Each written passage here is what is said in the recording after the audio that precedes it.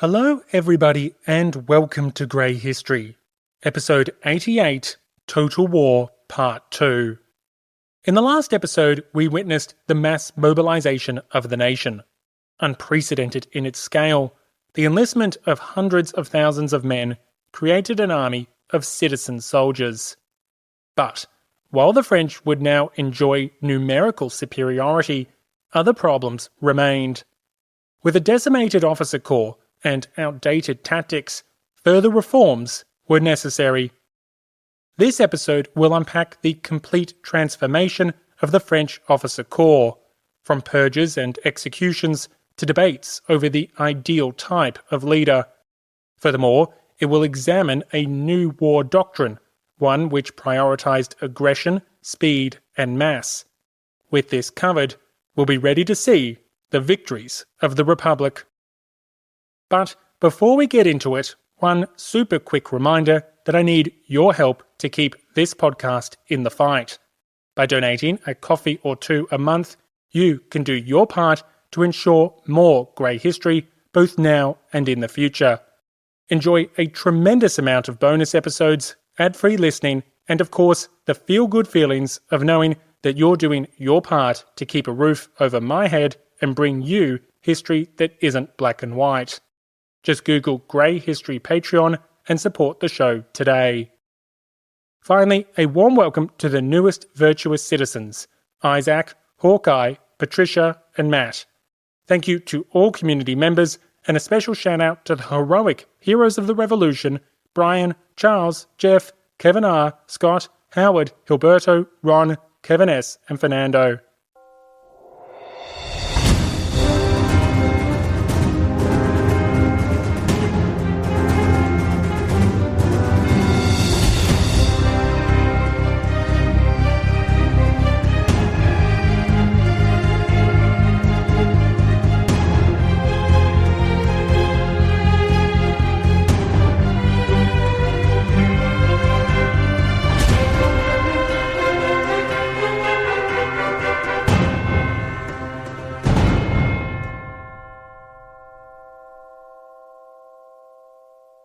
If the enemy wants to cross the river, close your ranks, lower your bayonets, sing the hymn of the Marseillaise, and you will win. Well, not really. In reality, bringing a knife to a gunfight is seldom a winning strategy, nor is trusting the words of an officer with treasonous intentions. Yet this quote by General de Maurier offers an interesting insight into the dilemmas faced by the Republic's armies in 1793. As hundreds of thousands of men were mobilized across the country, victory required more than just conscription and propaganda. Alongside drill and indoctrination, the sheer scale of this new citizen army demanded a complete rethink of military tactics. But even more importantly, it also necessitated new leadership, one that was both competent and revolutionary. As such, this episode will examine the transformation of both military tactics and leadership, and how the revolutionary era was once more pioneering the modern art of warfare that we know today.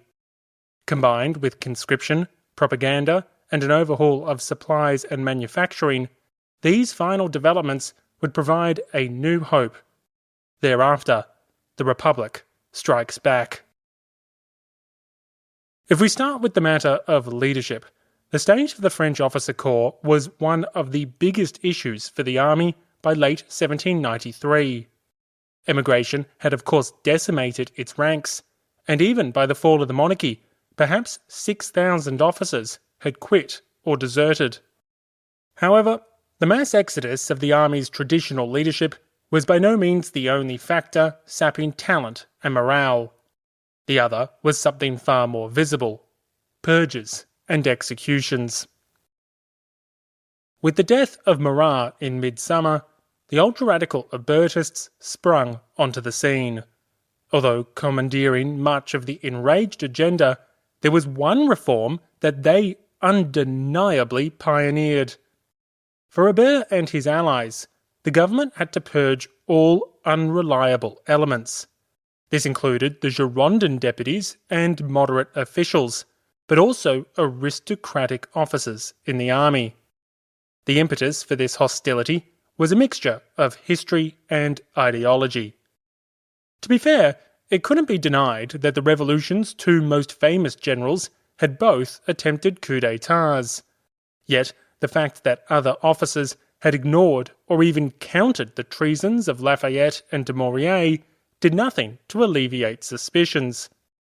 Instead, for ideological reasons, all officers were suspects, irrelevant of steadfast loyalty. To understand why, we need to see the world from the perspective of the ultra-radicals. For them, soldiers were the epitome of virtue. These were humble citizens, risking it all for liberty and nation. Furthermore, they were at war with despots, fighting with enslaved hordes vastly inferior to the Free French. Given this, any defeat, any setback, was not the fault of the heroic sans-culottes, but the devious good-for-nothing nobility who led them. As one revolutionary commander put it, the soldiers are good, but the cowardice and crass ignorance of the officer has taught them cowardice. Determined to purge the army of this enemy within, the Abertists regularly demanded action throughout the summer of 1793. After the ultra-radical insurrections of 4 and 5 September, the convention gave way. With terror now the de facto order of the day, and with ultra-radicals such as Varenne and Collot d'Arbois installed on the Committee of Public Safety, inaction was simply untenable. Thus, on September 16, the day before the law of suspects passed the convention, the Committee of Public Safety formally expelled all former nobles from the army. Hundreds were promptly arrested, as the state now required the imprisonment of any suspected individuals. Yet, imprisonment was hardly the worst outcome at a time of revolutionary show trials. As previously discussed, military trials had commenced in earnest with the demise of General Custine. Accused of treason, the lost sieges of Condé, Valenciennes, and Mainz were all blamed on his negligence. Certainly guilty of offending revolutionary sensibilities, the old-school disciplinarian was executed at the end of August. Custine's replacement was Houchard, a non-noble general who viewed his promotion as a curse. At a minimum, it was a self-fulfilling prophecy. The new commander lasted just 6 weeks. On the plus side, Houchard did successfully save Dunkirk, a victory that should have been celebrated. But the general failed to decisively crush the British, and accusations were quick to follow. Houchard's resulting trial underscores the harsh realities of the era. Although innocent of treason, mistakes had been made. If not by the overly cautious Houchard, then certainly by the Committee of Public Safety. Indeed, for some historians, the committee bears partial responsibility for Houchard's failings. They had promoted a reluctant and inexperienced general, choosing politics and class over military expertise. Now confronted with their error, the committee had to deflect the blame. Historian Jean-Paul Berthaud claims that the committee abandoned Houchard, unable to admit that his promotion was their mistake. Accusing the general of blunders and disobedience, his execution shielded the committee of similar allegations. Likewise, historian Robert Palmer agrees, stating that Houchard was sacrificed for the stability of the government. In other words, defending the commander would merely bring into question the committee's own competence. In short, Houchard was condemned for incompetence and political expediency. The Army of the North had lost yet another commander. The experiences of Custine and Houchard were far from isolated. In total, more than 80 generals were executed between 1793 and 1794, and that's not including other senior officers below that rank. Charged with treason, cowardice, and incompetence, these varied accusations merged together to create unfortunate and unnecessary deaths. Soon, men actively avoided promotion as general became synonymous with the guillotine. So, by autumn 1793, the French officer corps was decimated. Nay, decapitated. Between purges, arrests, executions, and the initial emigration of thousands, the army's leadership was in utter disarray. Given this miserable state of affairs, the French needed to rebuild their officer corps, and fast. But that opened up a fundamental question. What did it mean to be an officer? Prior to the Revolution, an officer was a noble. Non-noble commanders existed, but roughly 90% were aristocrats. This lineage, this blood, this pedigree was their eligibility for command. Not experience, not competence, not education. Ancestry was the primary concern. It's for this reason that children could be lieutenants, teenagers could be colonels, and no shortage of princes fancied themselves a general. Now, with nobility and military leadership so intertwined, aristocratic ideals came to define the very essence of an officer. Take, for example, the matter of dancing. At the Royal Military School in Paris, instructors set aside 45 minutes a day for dancing lessons. This was not unique to France, but common across the continent. Such focus may seem insane to us, but remember, prior to the Revolution, to be an officer was to be a noble, and a noble had to dance. Expanding on this theme further, historian David Bell remarks,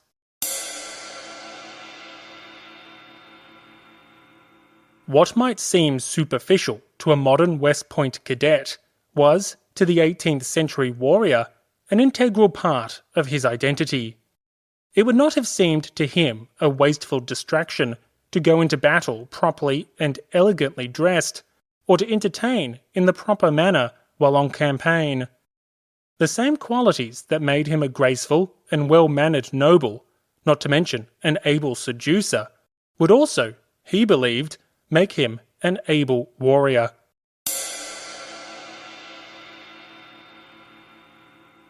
So, great officers were great dancers, great dressers, great conversationalists.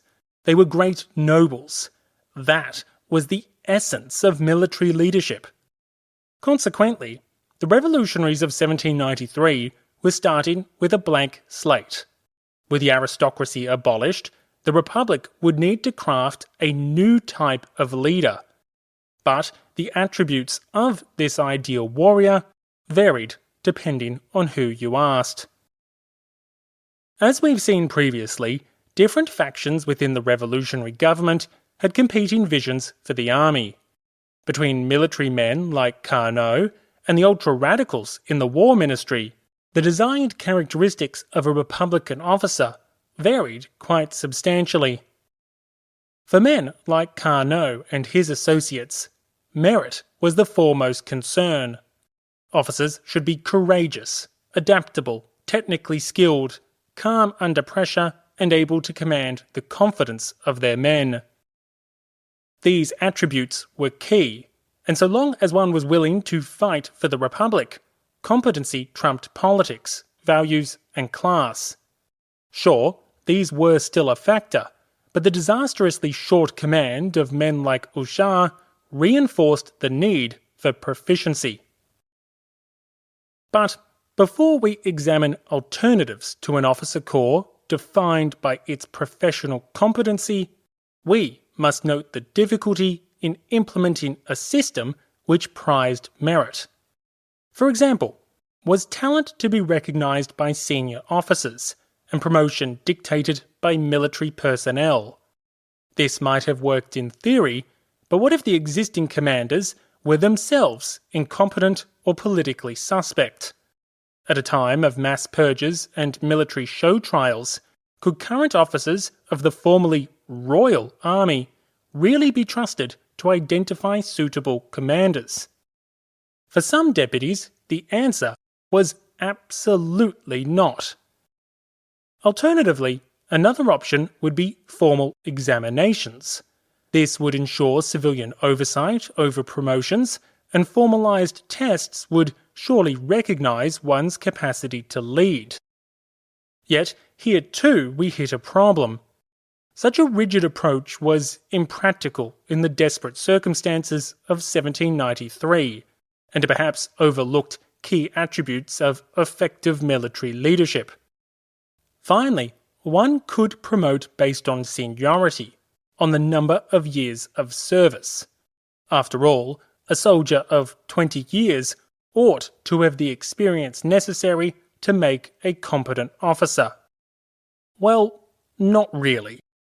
If you've ever worked for a boss who got the job purely due to years of service, I'm sure you can spot the issue. Common soldiering was one thing, but command was another. Representatives on mission wrote to the Committee of Public Safety, despairing that their new officers, promoted by seniority, were in no condition to lead. Acknowledged as good and honest citizens, they were nonetheless timid, inept, and unskilled. As one deputy reported, "Old corporals pass from grade to grade, up to the highest rank, and heaven only knows how they will turn out. We ask you to bring about some prompt remedy." So, as men like Carnot attempted to create an officer corps which valued skill and merit, challenges were plentiful.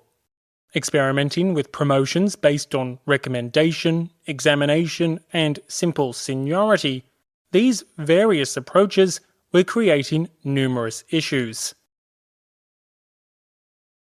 However, as Carnot laboured to build his meritocracy, some revolutionaries questioned its fundamental principle. For ultra-radical Jacobins, notably those in the war ministry, politics trumped proficiency. As discussed in the last episode, the ultras envisioned the creation of an army of sans-culottes. To lead these revolutionary soldiers, the army's leadership could be no less revolutionary. As such, the War Minister Bouchet prioritised the politically reliable, men who were not merely Republicans, but also staunch Jacobins. This is how individuals like Cartot, the painter-turned-general, could find himself in command at Toulon. Consequently, one's social origins, one's politics, and one's behaviour and values became the utmost concern for promotion, at least for decisions by the War Ministry. Before long, it wasn't just former nobles who were purged, but any officer not totally devoted to the Republican and Jacobin cause. Yet, just as some officials were having trouble promoting officers on merit, advancing political appointees was equally problematic. For the War Minister Bouchet, the criteria was clear. Officers should be sober, upright, courageous, devoted, patriotic, known for their hatred of kings, and a champion of revolutionary principles. Rejecting protests of a questionable promotion based solely on political considerations, Bouchet had replied sternly that the sans-culottes regarded patriotism and republicanism as the most important talents. Of course, while such talents were important, so too was, basic military competency. By ignoring this, the Republic's war ministry was promoting incompetent leaders, such as Cartot at Toulon. Ironically, another challenge to this approach arose from the sans-culottes themselves. By promoting political activism amongst the common soldiers, The principle of elections became a core demand of mobilised citizens. National Guardsmen and initial volunteers had already elected their leaders, so why should regular soldiers be denied the right to vote? Yet, if the troops elected their own commanders, if a good officer was to be defined by their ability to inspire confidence in their men, how could this be reconciled with those prioritising political reliability, or even military expertise? In short, as the War Ministry pursued its own efforts to redefine the ideal officer, it too was running into theoretical and practical challenges. Understandably, these conflicting visions of the ideal officer had to be reconciled. After all, what good was ideological purity if incompetent officers lost the war? Likewise, while elections were popular with the troops, the convention was never going to surrender its prerogative to nominate leading generals. Remember, Lafayette and Dumouriez had both attempted coups, and their successors, Custine and Auchard, had both been executed. What if the troops nominated new generals who were equally incompetent, or worse, treasonous? Faced with this conundrum that had to be solved, the convention turned to one of its own, the Jacobin deputy Dubois-Croiset. In the last episode, Dubois-Croiset was an early advocate for conscription, and here again he pioneered the revolution's attitudes towards military leadership. Developing a solution that was refined over time, by mid-1794 the convention had landed on a compromise solution. Hoping to balance the various priorities of competing interests, the promotion of officers would occur in one of three ways. Henceforth, a third of officers were based on seniority, a third would be elected, and a third would be directly appointed by the convention. Furthermore, all generals would be appointed, ensuring the government's control over the army's most senior leadership. Now, this was a convoluted solution, one that may seem rather suboptimal to modern ears. But it's important to remember that this was a compromise, addressing both military and political considerations. With different Jacobin factions championing divergent visions for the army, compromise was essential. That said, one item to note is the continuing efforts of men like Carnot to professionalise the officer corps and centre it on meritocracy. For example, in January 1794, Carnot led efforts to reinstate aristocratic officers with specialist skills. Despite official purges of aristocrats the September prior, not every noble had been removed from the armed forces, with some sheltered by senior commanders who valued their irreplaceable contributions. With time, official policy caught up, and ideology gave way to necessity as engineers and artillerymen were publicly recalled to serve. Other reforms also prioritised professional competency. In February 1794, the ability to read and write was made a prerequisite for all ranks, even non-officers like corporals and sergeants. Then, in March, surveys commenced to ascertain the level of education and training of military commanders. Ever so slowly, Carnot's vision of the professional officer corps was being implemented, especially as the revolution became less radical and deprioritised both elections and politics. By the end of 1795, the elections of officers was forbidden altogether, while seniority had already been relegated as a primary concern for promotion. In the end, the government was henceforth empowered to appoint all of the army's officers, a victory for Carnot's envisioned meritocracy. It was also a victory for the central government. Total war was enabling total control, in this case of military leadership and the vision of the ideal officer. Yet, to digress for a moment, what we see here in these years, between 1789 and 1795, is a fundamental transformation of what it means to be a leader in the military. For us in the 21st century, we associate military promotions based on skills and competency, at least in most Western democracies. Aristocratic lineage is no longer the defining factor, nor are elections, party politics, or even length of service. Critically, it's here, with the Republic's creation of a new officer corps, that the Revolutionary era was once more experimenting with innovative means of warfare. Its solution, a command structure which prized merit and capability, was, at the time, completely revolutionary. From our perspective, it's easy to overlook this innovation, as the prioritization of merit seems only natural to us. But back in the 1790s, nobility had been the natural choice, and this focus on meritocracy was unprecedented and controversial. Indeed, it would take years, even decades, for France's European rivals to follow suit. In short, the French Revolution was once again defining the art of modern warfare. Now, before we move on, we should quickly note the end outcome of all these innovations. Put simply, the total change was phenomenal. In a few short years, the officer corps and the very concept of an ideal officer had been wholly redefined.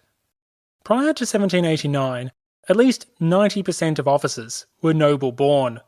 By late 1794, that figure was closer to 3%. Replacing these blue-blooded officers were commoners from across the country. Many had once been regular soldiers, but others had been peasants, artisans, shopkeepers, or members of the bourgeoisie. With the army increasingly open to merit, talent swelled the ranks, producing future marshals for the Napoleonic Empire. Of course, there were missteps, especially with the promotion of political appointees who were ill-suited for the task. Likewise, even the convention's own surveys recorded that many officers had yet to master their level of command by mid-1794. Nonetheless, the new officer corps achieved considerable success. Historian John Lynn, an expert on combat effectiveness of the revolutionary armies, offers both praise and criticism of the final result. Certainly, the French transformed the social composition of their officer corps after 1789, but to argue that they had brought off a miracle of command by 1794 is unjustified. Battlefield brilliance was neither omnipresent nor completely lacking amongst revolutionary officers. Yet, the particular character of the new commissioned ranks may have bestowed certain valuable advantages on the unorthodox armies of the Republic. The sergeant-like quality of so many of its leaders may have aided the French in forging able soldiers out of green recruits. That so many of the new and inexperienced officers were not committed to maintain the tactics of the old regime, plus the influence of the revolutionary atmosphere, probably aided in the creation of a new tactical system. Lastly, only a radically transformed officer corps could effectively lead the new citizen soldiers of the revolution. The common soldier was the true heart of the new army. The officers must be judged not only on the basis of technical capacity, but also on how well they suited the men who rallied to defend a new government, a new society, and a new set of principles. In a technical sense, many of those who commanded companies and battalions may not have fully mastered their art by 1794. But in the critical matter of relationships and the unit cohesion and morale that depended upon them, the officers were an excellent match for the men they led into battle. Since the tactical system that emerged by the summer of 1794 put a premium on commitment and individual initiative, the problems resulting from technical flaws were probably more than compensated for by putting citizen officers at the head of citizen soldiers.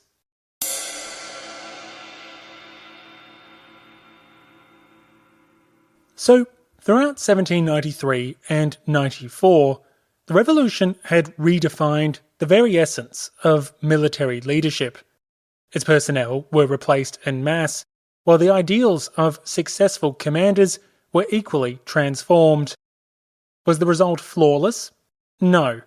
But was it winning? Well, yes. Yes, it was. As we will see in future episodes, the Republic would be led to victory. Yet, the coming triumphs of the Republic's armies were not just a result of a wholly reconstructed officer corps. As highlighted by historian John Lynn, new tactics were also required. With mass mobilization creating a force of unprecedented size, alternative methods were needed for this army of citizen soldiers. At the forefront of these developments was both Carnot and Dubois-Quincy, both Jacobin deputies with military experience. Well before Carnot joined the Committee of Public Safety in August 1793, Dubois-Quincy had already been proposing a much-needed restructuring of the Republic's armies. In fact, much needed is an understatement. As previously discussed, the Revolution had raised batches of volunteer battalions in 1791 and 92. These units stood completely apart from the regular soldiers, with different pay, different officers, and different administrations. Feuds and dysfunction naturally followed, and the Republic found itself with a serious and unexpected dilemma. Put simply, it had two distinct armies. The first was of course the old Royal Army, while the second were these volunteer battalions. Yes, the latter worked alongside the former, but it was independent in numerous ways. Critically, the problems this created was just as plentiful. Inefficiencies arose across communication, cooperation, supplies and military training, and the end result was an incoherent force riddled with divisions. Understrength units of soldiers and volunteers could not simply be merged together, while army administrators grappled with an absolute nightmare. How were they to effectively supply French forces when the disorganised nature of these units resulted in different uniforms, flags, pay, and numerical strength? For a revolution which prided itself on rationalising the ways of the old regime, the army was in some ways even more complex. But with the French forces divided between volunteers and common soldiers, the conundrum facing the convention was how to combine the two. If France was to survive, the army needed to be a coherent and effective force, especially as 1793's mass mobilisations would only exacerbate existing dysfunction. However, how best to do so was hotly contested. One solution was to create so-called demi-brigades. To do this, the authorities would take a battalion of regular soldiers and 2 battalions of volunteers. Battalions could vary greatly in size, but they usually numbered between 500 and 1,000 men. Together, 3 battalions could be grouped into a single brigade, and since it was a mixed brigade of both volunteers and soldiers, we get the name demi-brigade, demi meaning half in French.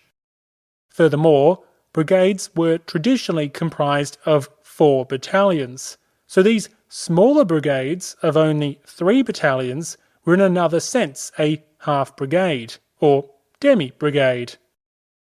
Now, from the perspective of proponents, these demi-brigades were an obvious solution. These mixed units would enjoy the benefits of coherent command and administration, along with the simplification of uniforms, supplies, and a range of other factors. Moreover, the 2 groups of men could impart their respective wisdom upon the other. Regular soldiers would help teach green recruits the art of war, while the volunteers would pass their patriotism and republicanism to the previously royal army. However, as with all military reforms, such a solution was controversial. While deputies promptly decreed that all troops should receive the same pay and be subject to the same procedures for promotions and discipline, the actual act of merging the regular soldiers with the volunteers roused fears in the convention. Few disputed the technical benefits of this process, but some deputies worried that demi-brigades were a means of empowering untrustworthy officers. For example, if promotion was based on seniority, that is to say, length of service, then existing soldiers would always win out over volunteers for positions of command. These soldiers had once served the king, and were thus less reliable than those volunteers who had enthusiastically and voluntarily signed up to save the revolution. The fact that ad hoc experiments with demi-brigades occurred under Lafayette's leadership didn't relieve those suspicions.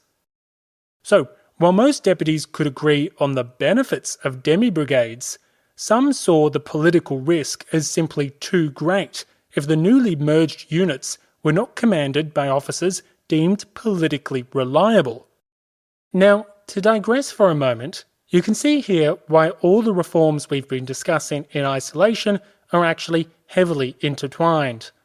One of the primary obstacles for creating demi-brigades was how officers would be chosen. Furthermore, the need to standardise the army was in part driven by the mass mobilisation efforts of 1793, and propaganda would be a key tool to bolster unity and morale once the mergers had occurred. In short, while we're touching on these reforms thematically for ease, all of these initiatives were intermixed in reality. Now, despite the concerns of some deputies, inaction was inevitable. The convention regularly endorsed these amalgamations, in addition to removing formal distinctions between regular soldiers and volunteers. The process was continually refined, and it wasn't until 1794 that many of these mergers really started to ramp up. Nonetheless, despite opposition from within the convention and some parts of the army, across 1794, these mixed brigades were slowly and steadily created. By the end of that year, the French had largely achieved their goal of creating a singular, coherent and standardised army.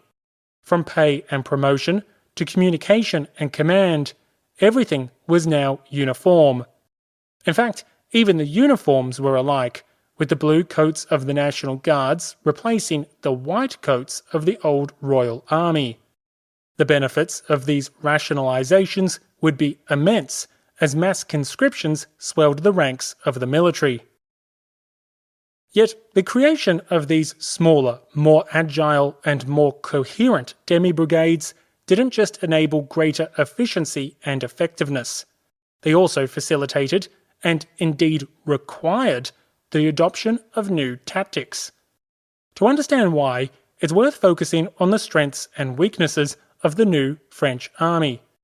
On the plus side, the Republic had one sizable advantage: size. Come 1794, the mass mobilisations of the year prior had created a force of over 750,000 men. This was vastly superior to the forces of the coalition powers. But on the downside, this was an army of citizen soldiers, emphasis on citizens. French forces were relatively untrained and untested, and the countless setbacks of the war had already shown the limitations of revolutionary enthusiasm. So, it's here that we can introduce the standard tactical formation of the era, the line formation. Now, I appreciate that military jargon can get a little confusing, but I promise I'm going to keep this simple.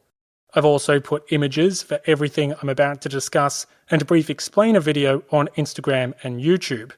Links are in the show notes. Put plainly, a line formation saw a battalion form a giant line. Surprising, I know. This line faced towards the enemy, and usually consisted of between 2 to 5 ranks of men. Each nation had their own preferences, but the French generally formed a line of 3 ranks. Thus, if you had a battalion of, say, 600 men, there would be 3 ranks with 200 men each.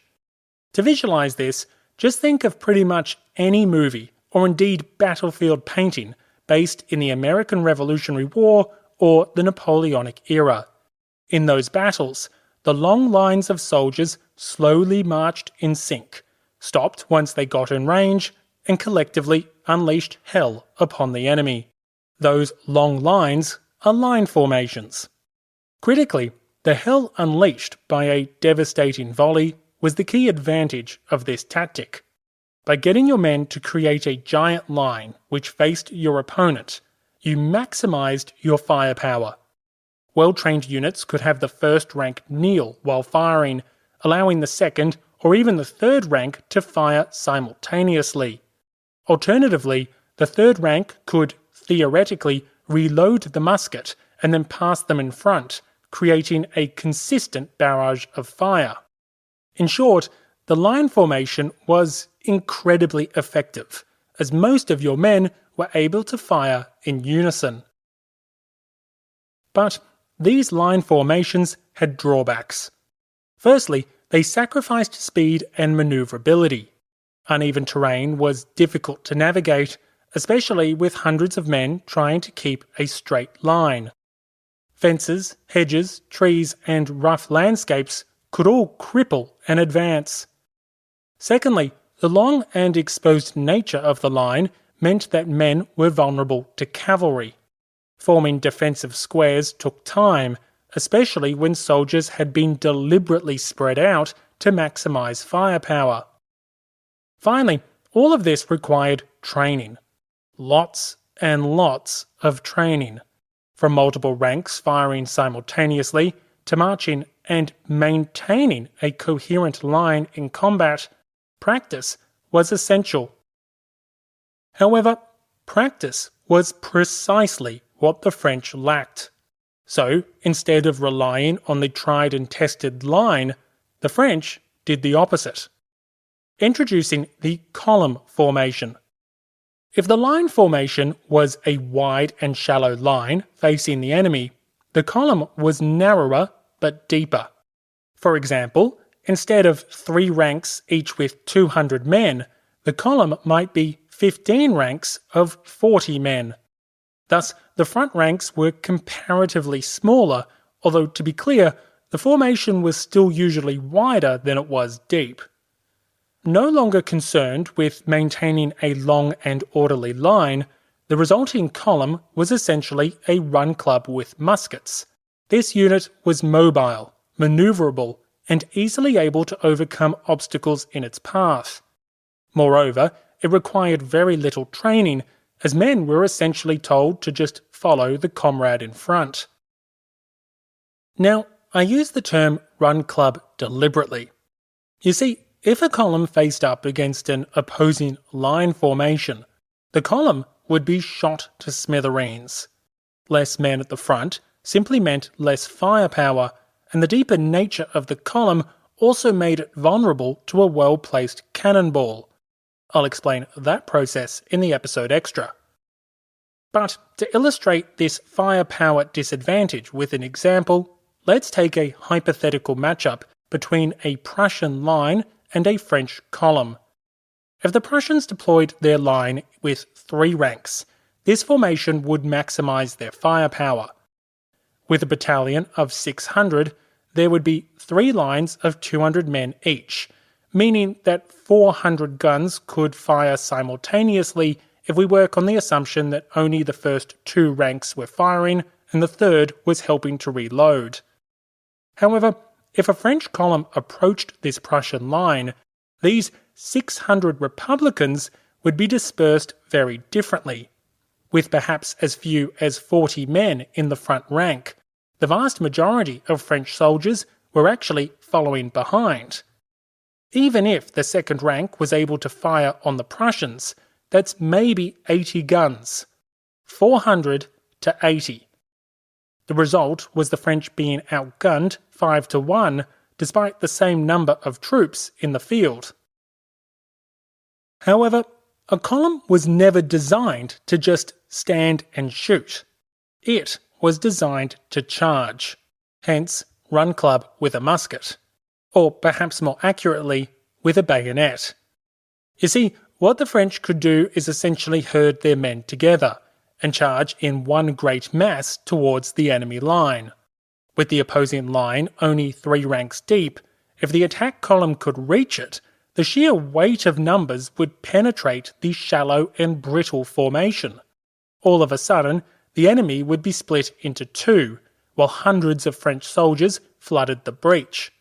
Armed with bayonets, untrained soldiers could stab and club at the enemy far more proficiently than had they attempted to shoot at them from afar. Well, that was the theory. In practice, bayonets were seldom bloodied, at least at large scale on an open battlefield. You see, the real value here was not the ensuing melee, but the threat of that melee. The bayonet charge was first and foremost a shock tactic. It was psychological warfare. It was designed to break the enemy's morale and force them to retreat. Yes, sometimes the enemy did hold their ground, but large-scale charges were generally decisive because the defenders ran away first. To be clear, bayonet combat was common, but it was generally on a much smaller scale, as small units fought over villages or farmhouses or other strategic locations. It was quite rare that large units would engage in hand-to-hand combat. So, compared to line formations, attack columns and bayonet charges required comparatively little training and skill. Point and run was much easier than march, stand, shoot, reload, march some more, all while experiencing a hail of gunfire. Wielding a seamlessly endless amount of troops, the French proceeded to embrace the attack column. With time, this technique could be refined, and the Napoleonic era saw more sophisticated deployments, such as men manoeuvring with maximum speed using attack columns before deploying into line formations for maximum firepower. But what matters now is that the Republic could use its sheer weight of numbers to overwhelm the enemy, particularly on the attack. As such, the French army started to favour aggression, bolstered by revolutionary ideals, pre-existing theories, and good old-fashioned propaganda. Indeed, it's here that we should wrap up our discussion on tactics by discussing broader innovations to the French war doctrine. But remember that I have put on YouTube and Instagram a mixture of photos and videos visually demonstrating line and column formations for those who are interested. I also have a few surprises coming for those that are following on those platforms. Now, to discuss the French war doctrine in the Revolutionary War, it's worth starting with what is a war doctrine. A military doctrine is a set of fundamental beliefs and principles that guide an army's approach to war.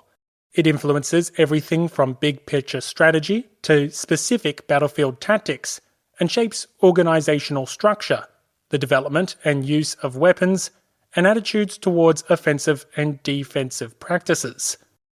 Prior to the Revolution, the French war doctrine was quite similar to other continental monarchies. It included the predominance of aristocratic leadership, the need for rigorous drill and training, and the use of professional soldiers and foreign mercenaries.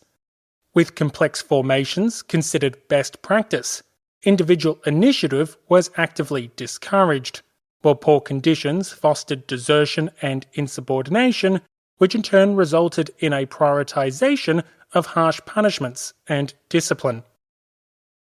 Yet, in the decades preceding the Revolution, some leading military theorists were calling for change. One topic of particular note was the idea that the tactics of the current doctrine failed to reflect the national characteristics of the French. Supposedly, the unique advantage of French soldiers was not superior discipline nor marksmanship, but instead something called élan. Now, élan is a difficult term to translate. For historian Charles Esdale, it combines concepts such as dash and daring. More broadly, it's a sort of bold, audacious spirit. It's an impulsive and energetic enthusiasm.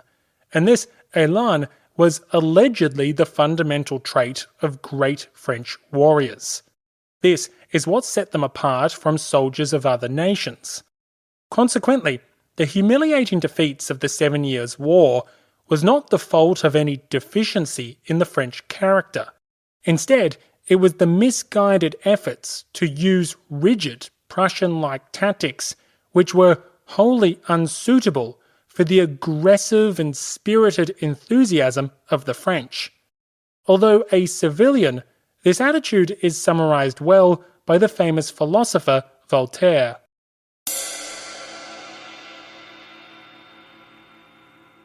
French artillery is very good, but the fire of French infantry is rarely superior and usually inferior to that of other nations. It can be said with as much truth that the French nation attacks with the greatest impetuosity, and that it is very difficult to resist its shock.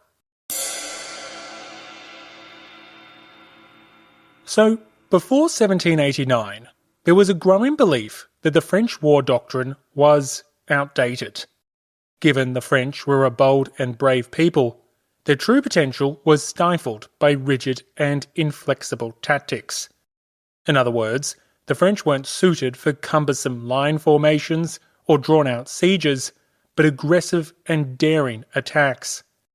Accordingly, years before the Revolution, some leading theorists were already promoting the use of column formations as a key tactic for enthusiastic offensive operations.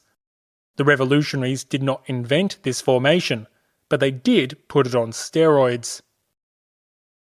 With the arrival of the Revolution, notions of patriotic citizen soldiers mixed with the growing insubordination of the army. For those who already sought reform, this further proved the unsuitability of the traditional priorities of drill and discipline. Yes, such a focus was suited for the Prussians, but the Prussians were not a free people. Instead, it was proposed that the new regime focused on the French strength, their élan. The boldness and audacity of the French should be let loose upon the enemy, attacking with such vigour and ferociousness that the foe was forced to retreat. These ideas thus helped to encourage early experiments with column formations, even before the mass mobilisations of 1793. The fact that some French victories had occurred due to bold and enthusiastic assaults, such as Dumouriez's victory at Jemappes in November 1792, merely reinforced a belief that the superior way of war, at least for the French, was their élan-fueled aggression. The remarks of a Jacobin representative on mission in mid-1793 perfectly encapsulates the prevailing mood. Every time we have attacked, we have won. Every time we have been attacked, we have almost always been defeated. Such attitudes were quickly permeating throughout the government. In fact, this was one of the few things that pragmatists and ultra-radicals could agree on. As such, what we see here in late 1793 is the development of a new military doctrine, one which prioritised aggression. Consequently, it also prioritised speed and the deployment of soldiers en masse. Gone was a fixation on drill, discipline, and cautiously methodical engagements. In was bold and daring assaults, swashbuckling charges full of heroism and bravado. Now, in some ways this was quite sensible. Putting idealised perceptions of élan aside, the French were undoubtedly playing to their strengths. Their superior manpower was their ace, and adopting tactics like column formations emphasized these strengths while mitigating weaknesses, such as the untrained nature of the troops. But the resulting cult of the bayonet did have some unintended consequences. Swept up in the belief that courage and enthusiastic aggression alone could secure tremendous victories, soldiers were at times set up to fail. For example, troops might be armed with only pikes and told to charge the enemy. Unsurprisingly, no amount of elan could help brave sans-culottes when glorified pitchforks faced a firestorm of cannons. Nonetheless, the new French war doctrine continued to prioritise attack, and the changes paid off. To be clear, column formations and bayonet charges were just some of the newly prioritised battlefield tactics, and a series of other techniques were also adopted to facilitate this overarching doctrine, which emphasised aggression, speed, and mass. For example, the French effectively pioneered new ways to use skirmishers and light infantry to harass the enemy, and developed more sophisticated assaults by combining infantry, cavalry, and artillery in coordinated operations. As an aside, the episode extra for this episode will unpack the innovative use of skirmishers during the Revolutionary War, a development with significant consequences for the Napoleonic era. Make sure not to miss it. Now, where I'm going with all of this is that the French weren't just deploying new battlefield tactics. They were redefining their entire art of war. They were developing a new military doctrine. If the old Prussian style favoured drill, discipline, and rigid command, the Republic was creating something different. Something faster, more adaptable, and better suited to ideals of revolutionary citizen soldiers and the essence of brave and daring French patriots. The end result can be seen clearly, not only in individual battlefield tactics, such as column formations, but the broader directives from the government. In 1794, the Committee of Public Safety, and by that I mean Carnot, officially stated that units should attack to avoid being attacked. Moreover, as Carnot continued to formulate this new doctrine, the focus on offensive operations was clear. In February 1794, Carnot issued the following guidance.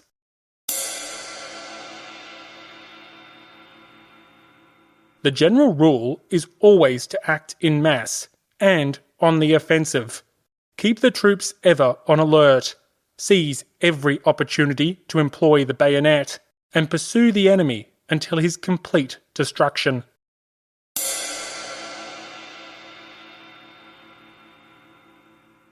So, in 1793 and 94, the French were transforming their fundamental principles of warfare. Henceforth, the army was to attack. Attack, attack, attack. Leaning into their strength of numbers, the Republic would embrace shock and awe tactics to scatter the foe with unparalleled speed and mass. It didn't matter that the Prussians were better drilled. It didn't matter if the Austrians were better marksmen. The French were changing the rules of the game and scoring victories while doing so. Armed with bold tactics, competent leadership, effective propaganda, and an endless supply of citizen soldiers, this new, modern army was finally ready for total war. The time had come for the Republic to strike back. Thank you for listening to episode 88, Total War 2. In the next episode, the French will march to victory. Don't miss the episode extra for this episode unpacking the use of skirmishers in the Revolutionary War. Also, if you have any questions on the War of the First Coalition, do send them in as I am preparing Q&A episodes. But before you go, one quick reminder that I need your help on the battlefield. Bringing you Grey History is no easy task, but you can do your part by supporting the show on Patreon.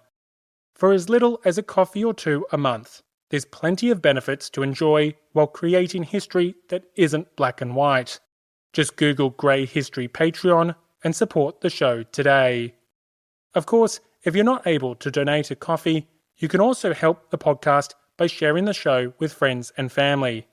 If you could make one recommendation between now and the next episode, that would be amazing.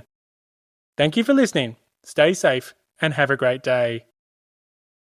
Grey History is brought to you by its amazing community members, including the heroes of the Revolution, Brian, Charles, Jeff, Kevin R., Scott, Howard, Hilberto, Ron, Kevin S., and Fernando. Joining the fantastic heroes are the amazing champions of the people: Cindy, George, William, Laura, Daniel, Monica, Joel, Adam, Tom, Eyal, Harold, David, Alistair, Jeff, Ritas, Cameron, Dan, Paul, Deborah, Susan, Danny, Gordon, Matthew, and Sophia.